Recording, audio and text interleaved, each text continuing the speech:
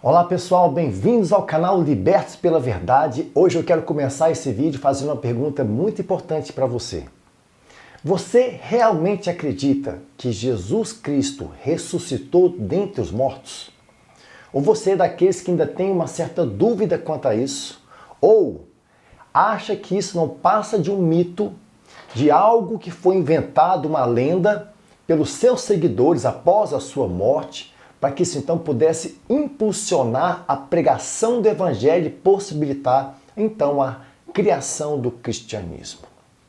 É sobre esse assunto que nós vamos tratar aqui neste vídeo, onde eu trarei para vocês evidências robustas e incontestáveis, gente, de que Jesus realmente venceu a morte e está vivo pelos séculos dos séculos.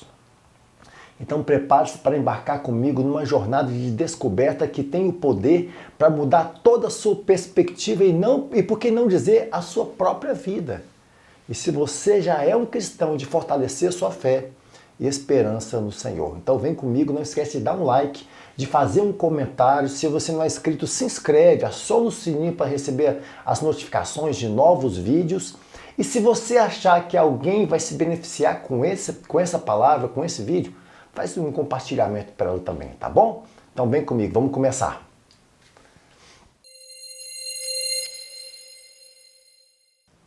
Bom, no vídeo passado, gente, nós vimos 5 poderosas verdades que são decorrentes da ressurreição de Jesus. Então mostrei para vocês que elas são tão poderosas, são tão significativas, de modo que se Jesus realmente ressuscitou, é inevitável fazer a seguinte conclusão, que não há nada mais importante para todo homem do que entregar a sua vida a Jesus e ter Ele como seu Senhor e Salvador. Não há nada. Se Jesus ressuscitou, não há outra conclusão a se fazer.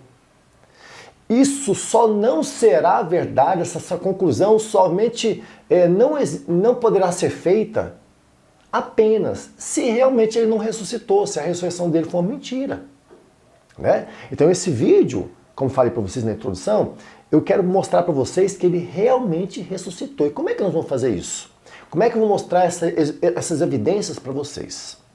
Eu vou dividir esse vídeo em 2 partes. A primeira parte serão os argumentos jurídicos e investigativos feitos por 4 homens, 4 estudiosos de grande calibre, 2 juristas, advogados juristas renomados e 2 jornalistas, escritores que submeteram os relatos bíblicos a um exame muito minucioso, como se fosse realmente um caso investigativo, um tribunal de júri.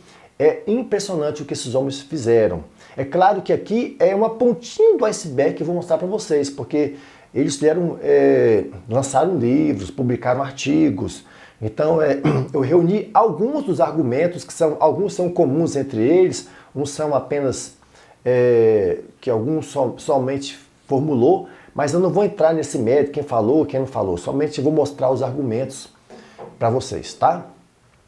E a outra parte é a confiabilidade do Novo Testamento. Ou seja, já que esses homens, eles buscaram fazer um exame em cima de um relato bíblico do Novo Testamento, os evangelhos, o livro de Atos e as cartas, principalmente 1 Coríntios, do apóstolo Paulo, então a gente precisa saber se realmente esses relatos são confiáveis. Então nós vamos dar uma pincelada muito rápida sobre a questão da confiabilidade do Novo Testamento. Beleza? Então a primeira coisa que eu quero falar para vocês é mostrar quem são esses 4 homens de uma maneira bem resumida. Vamos para o primeiro então. Sir Lionel Luckhoo. Esse homem era um britânico de origem guianense, né, da Guiana. Ele era um advogado, diplomata e político. Um homem muito importante, né? Pra vocês terem uma ideia, ele foi reconhecido como cavaleiro 2 vezes pela rainha Elizabeth II. E ele teve, gente, mais vitórias consecutivas em julgamento de homicídio na história. Por isso que o nome dele está lá até hoje no Guinness Book. Pense bem, gente, o cara teve 245 vitórias no tribunal do júri. Esse homem, gente, era inicialmente cético em relação ao cristianismo, até que Após uma profunda investigação das evidências históricas e jurídicas, retirada do Novo Testamento, é claro, sobre a ressurreição de Jesus, ele se converteu. Ele usou seu treinamento jurídico para analisar os relatos bíblicos como se estivesse examinando um caso de tribunal. Olha só as citações desse homem. A evidência da ressurreição de Jesus é tão avassaladora que obriga a aceitação por qualquer pessoa honesta que a examine sob a leitura de evidência objetiva. E outra, eu fui treinado para examinar cuidadosamente a evidência. Como advogado que passou a vida analisando testemunhos, afirmo categoricamente: a ressurreição de Jesus Cristo é um dos fatos mais bem atestados da história. Vamos para o próximo, Simon Griffith. Esse também era um renomado jurista americano e, olha bem, um dos fundadores da Faculdade de Direito de Harvard. Não é gente pequena, né, pessoal?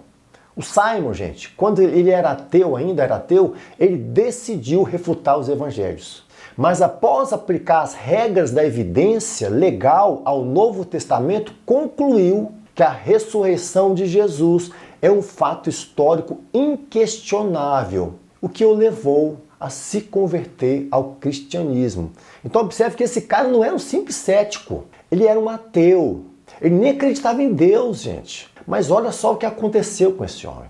Em uma das suas frases, ele disse o seguinte: as evidências da ressurreição são juridicamente irrefutáveis.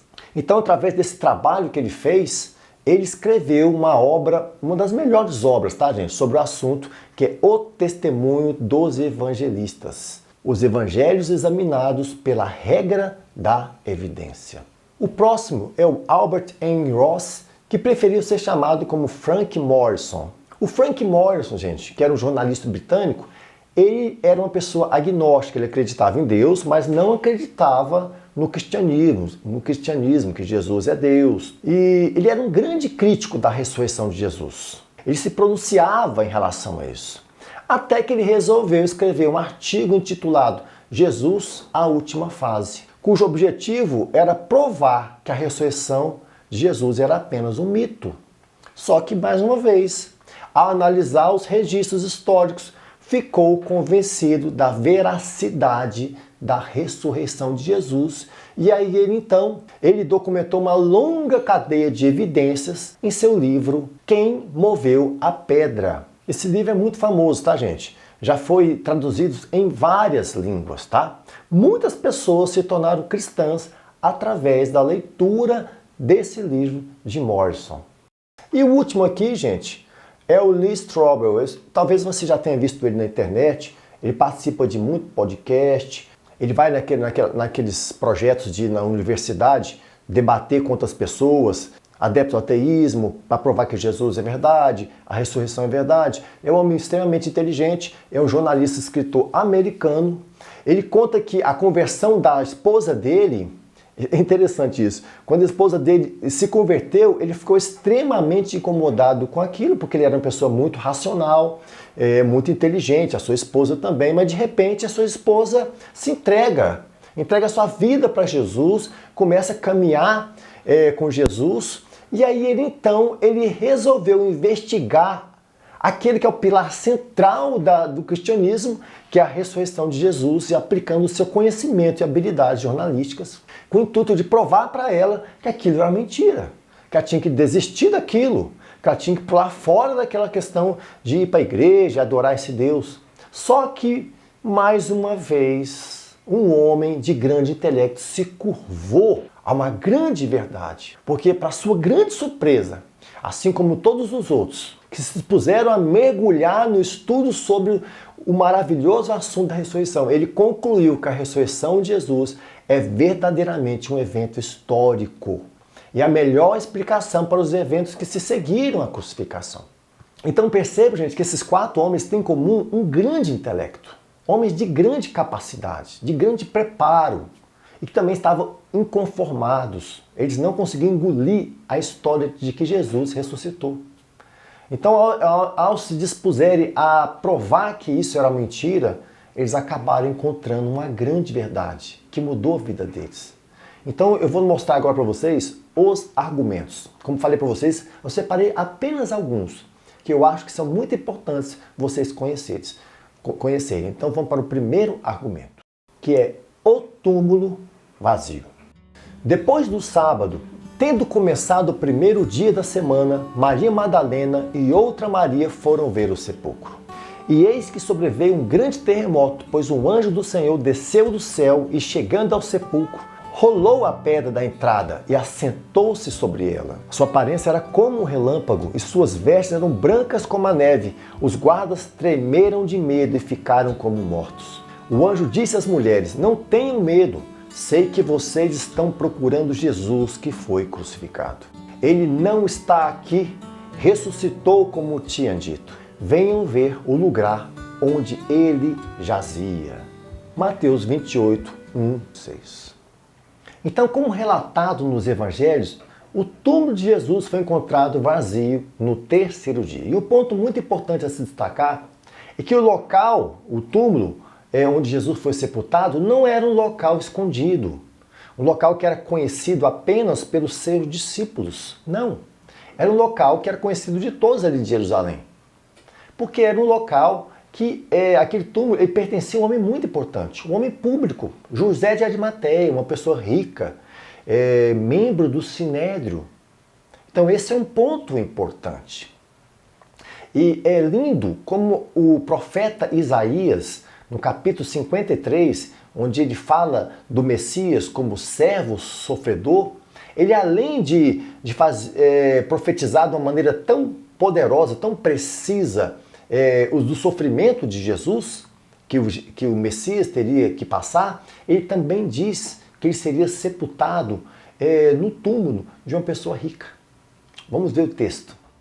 Foi-lhe dado um túmulo com os ímpios e com os ricos em sua morte, embora não tivesse cometido qualquer violência, nem houvesse qualquer mentira em sua boca. Esse texto eu gosto muito da Nova Versão Transformadora. Ela é bem mais clara. Vamos ver aqui, ó. Não havia cometido nenhuma injustiça e jamais havia enganado alguém. Ainda assim, foi sepultado como criminoso, colocado no túmulo de um homem rico. Como é que é impressionante a precisão dessa profecia, né, gente? Então, o túmulo de Jesus, ele estava vazio e ninguém pôde encontrar um corpo. Isso é muito importante, porque se as autoridades de Israel, aquele sacerdote, aqueles fariseus, saduceus, ou então as autoridades de Roma, tivessem um corpo para mostrar para as pessoas, eles facilmente iriam ter desmascarado toda aquela história, toda uma versão, algo estava sendo contado, um testemunho que causou um alvoroço entre as pessoas. Então, se eles tivessem um corpo para mostrar, se realmente aquele túmulo tivesse preenchido com um corpo ali, então com certeza eles não abririam mão de acabar com a história daqueles discípulos, trazer total descrédito. Inclusive, os próprios historiadores do século I, como Flávio Joséfo, que era um judeu, ou então o historiador Tácito, historiador romano, os dois falaram de Jesus, eles citam Jesus. Isso é muito importante, que são historiadores que não eram cristãos, que eles acabam falando do Jesus histórico. Se eles realmente soubessem de que havia um corpo ali, eles não tinham deixado passar isso em branco. Eles tinham colocado isso nas suas obras de história, né? Dizendo, o Galileu morreu e era mentira, aquilo que pregaram sobre a ressurreição. Mas nada disso foi falado. Nenhum corpo foi mostrado. Na história não se há relato de que eles encontraram um corpo. Na história não há nenhum relato de uma sepultura que foi encontrada, onde Jesus, os ossos dele foram encontrados. Nada sobre isso. Então essa é uma evidência extremamente forte. Olha só o que esse homem disse. O Dr. Paul Maier, professor de História Antiga na Universidade de Michigan, afirmou de modo similar que se todas as evidências que forem pesadas de uma forma cuidadosa e imparcial, é plenamente justificável concluir que o túmulo em que Jesus foi colocado estava vazio na manhã da primeira Páscoa. E não foi descoberto nenhum vestígio de evidência que refute essa declaração. A guarda romana e o selo.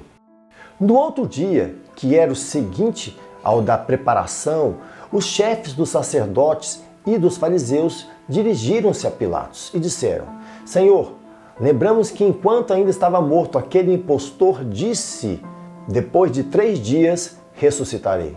Ordena, pois, que o sepulcro dele seja guardado até o 3º dia, para que não venham os seus discípulos e, roubando o corpo, digam ao povo que ele ressuscitou dentre os mortos. Este último engano será pior do que o primeiro. Leve um destacamento, respondeu Pilatos. Podem ir e mantenham o sepulcro em segurança como acharem melhor. Eles foram e armaram um esquema de segurança no sepulcro e, além de deixarem um destacamento montando guarda, lacraram a pedra. Mateus 27, 62 a 66.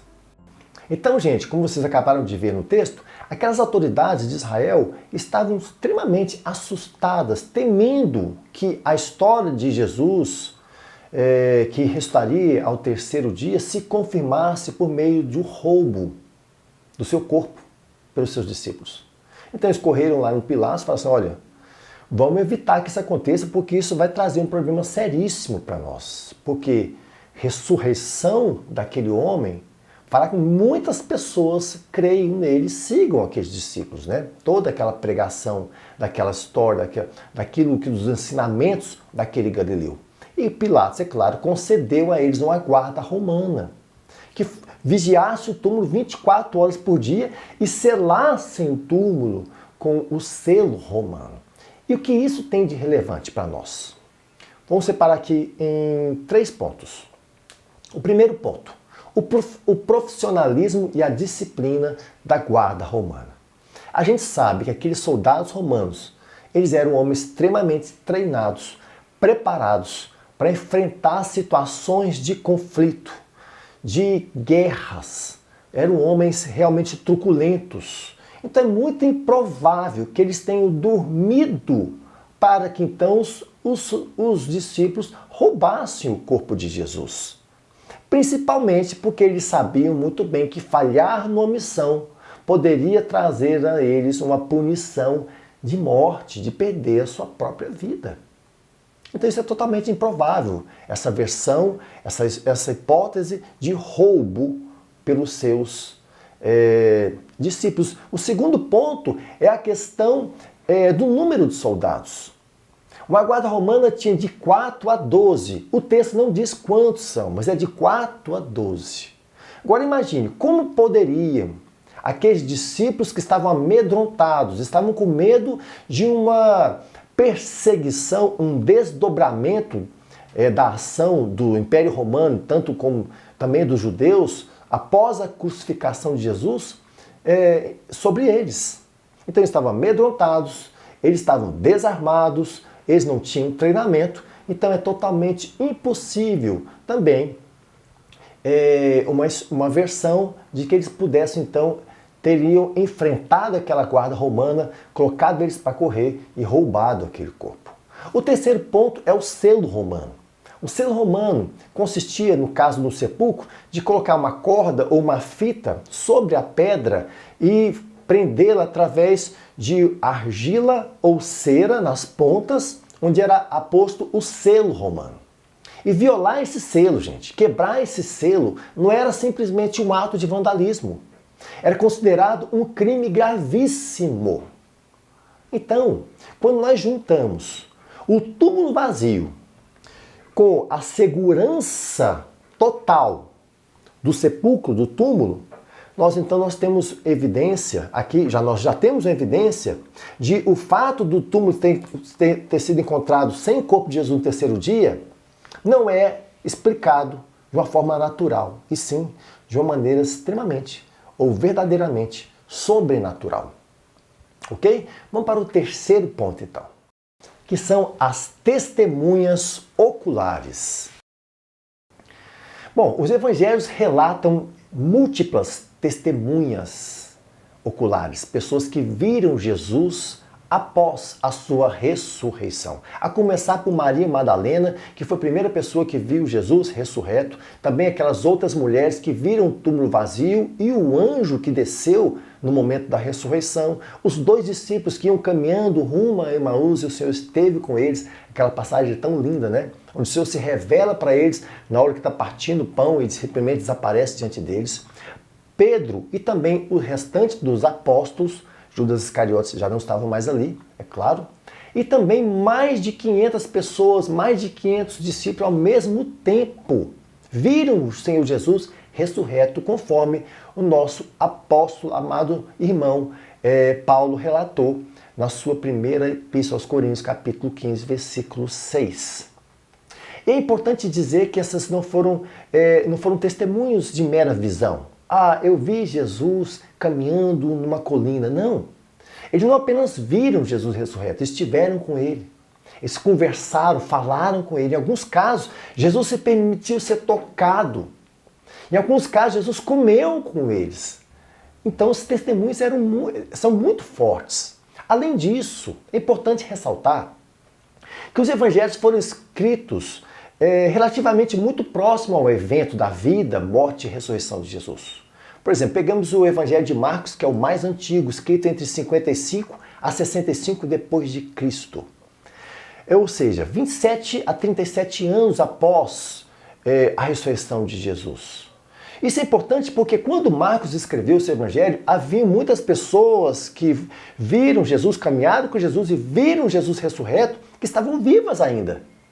Se fosse mentira a questão da ressurreição, essas pessoas, as testemunhas, tinham refutado aquilo que Marcos escreveu sobre Jesus ter ressuscitado.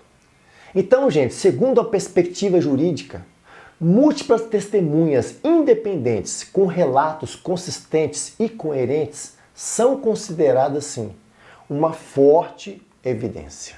Vamos passar, então, para o nosso quarto ponto. O testemunho das mulheres.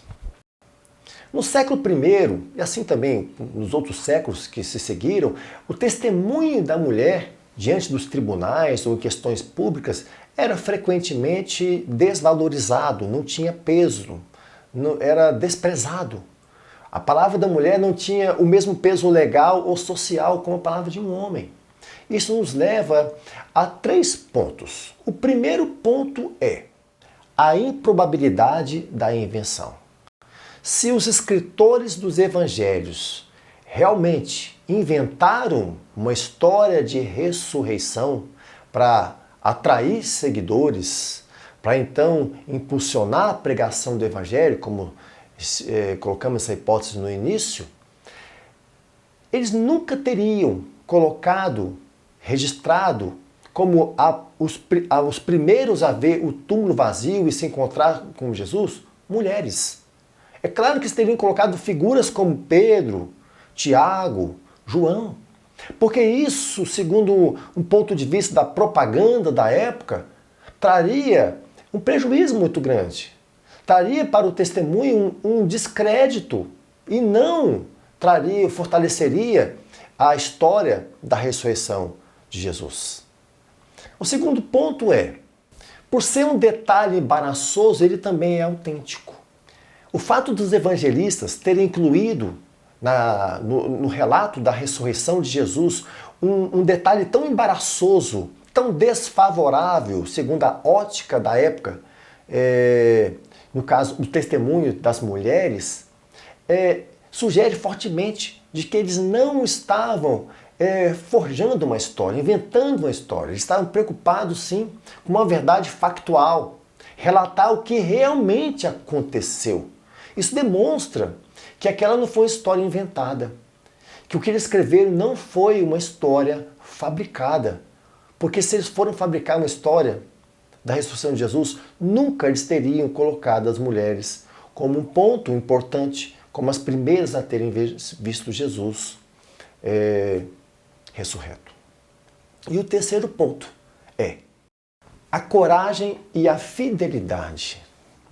Os evangelhos também nos mostram de uma maneira muito linda, muito clara, de que aquelas mulheres, Maria Madalena, Maria, mãe de Jesus, é claro, Joana, Salomé e outras, elas eram fiéis e corajosas seguidoras de Jesus Cristo, que nunca deixaram ele. Estavam com ele em toda situação, inclusive no momento da crucificação.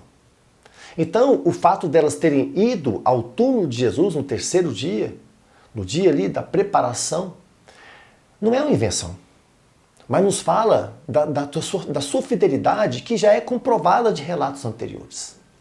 Então, sim, o testemunho feminino da ressurreição de Jesus é uma evidência muito forte da sua ressurreição.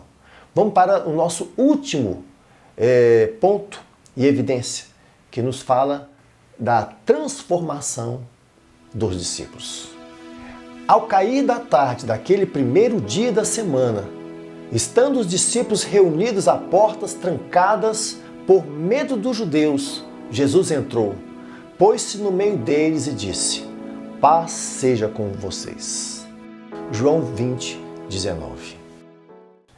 Então, de um grupo de homens totalmente tomados pelo medo, amedrontados, desiludidos, porque o mestre havia morrido, se escondendo de uma possível perseguição romana ou dos próprios líderes de Israel, nós vemos homens que foram, de repente, transformados em pessoas extremamente corajosas, destemidas, dispostas a morrer por sua convicção, o que realmente aconteceu. Então a transformação radical que aconteceu naqueles discípulos de Jesus, naqueles apóstolos e discípulos, não pode ser explicada de uma maneira plausível a não ser pela realidade da ressurreição. Porque foi uma transformação radical, drástica daqueles homens. E isso é uma questão muito lógica, gente. Por que aqueles homens passariam, então, de repente, a seguir uma direção onde eles estavam dispostos a sofrer perseguição e até a própria morte por uma questão que eles mesmos inventaram, por uma história que foi forjada por eles mesmos? Será que eles conseguiriam sair daquele momento de total depressão, medo, para uma vida de entrega absoluta pelo Evangelho, que é baseado numa mentira? Claro que não. Então essa é outra evidência extremamente forte de que a ressurreição de Jesus é um fato histórico. Então, quando nós juntamos todos esses argumentos jurídicos e investigativos, vimos como isso tudo é tão lindo, tão claro, né, gente?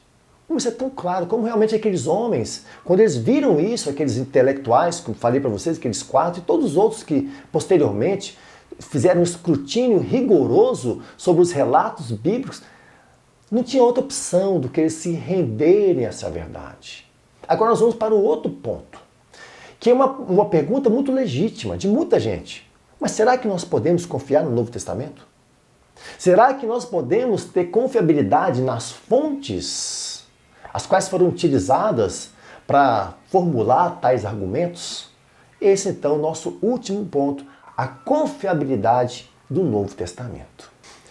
Muita gente não sabe, e pode ser que você esteja entre elas, que quando nós comparamos, sobretudo o Novo Testamento, a Bíblia toda, mas sobretudo o Novo Testamento, com qualquer obra literária da antiguidade, o Novo Testamento, a robustez, a riqueza documental dele é totalmente incomparável.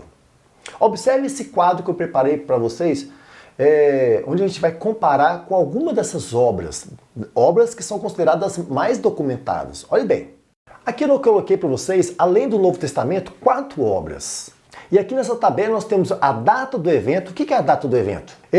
Quando foi escrito a obra, tá? Nós temos um intervalo de tempo para a cópia, o manuscrito mais antigo, ou seja, nos fala do tempo que se conhece através, é claro, do teste do carbono 14, né? Da cópia mais antiga para o original. E depois nós temos a quantidade de cópias ou quantidade de manuscritos. Então, se você comparar aí, olha só, Ilíada foi escrita por Homero, que conta a história lá da Guerra de Troia, né? Ela foi escrita 800 anos antes de Cristo. É considerada, depois do Novo Testamento, a obra literária mais comprovada em termos documental. Só que a cópia mais antiga, ela dista 4 séculos do original. E a quantidade de cópias que foram encontradas da obra de Homero e Ilíada são de 1800. E assim nós temos as outras que são mais fracas ainda. As guerras gálicas de César, as histórias de Heródoto. Heródoto é considerado o maior historiador da antiguidade. As histórias de Tácito, né? O historiador romano. Agora olha o Novo Testamento, gente. Olha só que impressionante. Ele foi escrito de 55 a 95 depois de Cristo. Marcos é o mais antigo e João, que foi em 95 por aí, depois de Cristo, é o mais recente, o mais novo, né? A data do intervalo do manuscrito mais antigo, gente, é menos de 50 anos. É o papiro P52, vou mostrar para vocês agora aqui. E olha aí, gente, compara aí, ó. Ilíada, o manuscrito mais antigo tem 4 séculos de distância para o original. Agora olha a quantidade de manuscritos do Novo Testamento. Nós temos mais de 5.800 manuscrito grego, mais de 2.000 em latim. E se eu pegar as outras línguas, coptas, árabe, você tem mais de 9.300, ou seja, dá mais de 25.000 manuscritos, comparado a 1.800 de Ilíada. Então eu separei para vocês aqui 4 pontos, gente. A proximidade temporal dos originais com os eventos narrados. Ou seja, os livros do Novo Testamento foram escritos muito perto da vida, morte e ressurreição de Jesus. A proximidade temporal de algumas cópias com os originais. Então nós temos aqui, vou mostrar para vocês aqui, o papiro P52. É reconhecido como o mais antigo manuscrito sobrevivente de um livro do Novo Testamento. É datado entre 117 depois de Cristo a 138 depois de Cristo. Se você considerar que João foi escrito em 95 depois de Cristo, olha bem a diferença, a distância desse papiro para o evangelho original de João. É extremamente pequena. A parte frontal desse papiro contém as linhas do evangelho de João 18, versículo 31 e 33, e o verso dele estão registrados no versículo 37 e 38. Esse manuscrito, o papiro P52, como outros, que eu não vou colocar aqui, porque senão a gente vai gastar muito tempo, estão lá na biblioteca John Rylands, que está lá em Manchester, ou Manchester, né? Se você for um dia na Inglaterra, em Londres, vale a pena você visitar essa biblioteca aí, que é um instituto dentro da Universidade de Manchester, né? De Manchester. Você pode viajar lá de trem, fica 4 horas e meia de Londres. Eu, quando for lá, com certeza vou querer fazer esse passeio, porque vale muito a pena você olhar isso aí, esses documentos tão importantes do Novo Testamento, que tornam o Novo Testamento, sim, um documento extremamente confiável. Voltando para nossos pontos aqui, gente, nós temos também a abundância de cópias, né? A superabundância de cópias, mais de 25.000 manuscritos. E o último, a variação textual que existe entre esses manuscritos é mínima. Existe uma pequenina variação entre eles que não prejudica nenhuma doutrina central do cristianismo. Nenhuma. Então nós podemos concluir, gente, juntamente com os estudiosos, que do ponto de vista da crítica textual histórica, o Novo Testamento, gente, é a obra mais atestada de toda a antiguidade. Isso não diz que a transmissão textual durante os séculos, que aconteceu durante os séculos do Novo Testamento, é altamente confiável. Como isso é maravilhoso, como isso é poderoso, gente. Isso, olha, eu mostrei para vocês aqui o resumo do resumo sobre essa questão da confiabilidade da palavra de Deus, no caso, o Novo Testamento. Esse aqui nós levaremos uns 3 vídeos para falar sobre tudo, tentar esgotar esse assunto. Se você quiser mais detalhes, sugere aí no comentário que a gente vai falar, tá bom? Então, quando nós juntamos aqueles argumentos jurídicos, investigativos, daqueles 4 homens que nós falamos no começo, com essa questão da confiabilidade do Novo Testamento, nós podemos confiar no Novo Testamento, nós então montamos um mosaico de evidências de que a ressurreição de Jesus é um fato histórico real. Que maravilha, gente. Como isso é poderoso, como isso fortalece a nossa fé, como isso muda a nossa perspectiva. Acreditar na ressurreição de Jesus é algo muito grandioso. E aí, diante dessa verdade, qual é a sua resposta. No próximo vídeo nós vamos falar então, gente, sobre aqueles que se opuseram contra a ressurreição de Jesus. Pessoas, ideias, né, grupos, argumentos, religiões. É claro, nunca atacando pessoas, mas apenas a questão no campo das ideias nós vamos conversar, né? Mas sim, eu quero conversar com vocês sobre isso, expor quais são esses opositores que se levantam desde daquele domingo de Páscoa, do domingo da ressurreição, tentando negar e desacreditar a palavra de Deus. Inclusive, nós vamos inserir a questão ufológica aqui, que eu sei que muita gente está esperando, muita gente está me cobrando falar sobre isso. Nós vamos, mais uma vez, dar uma pequena pincelada, porque esse é um assunto que eu vou desenvolver uma série de vídeos, o fenômeno ufológico, o fim dos tempos. Mas nesse próximo vídeo nós vamos estar já tocando nesse assunto e eu espero, pela graça de Deus, que ele também seja um vídeo que fale muito ao nosso coração. Tá bom, pessoal? Espero que tenham gostado desse vídeo. Não esquece de dar seu like aí, tá bom? Um grande abraço para vocês, fique com Deus e até o próximo vídeo, se Deus quiser. Se você gostou desse vídeo, não se esqueça de dar o seu like e também se inscrever no nosso canal. Assim você estará nos ajudando a divulgar essa mensagem que tem como único intuito de proclamar o Evangelho de Cristo.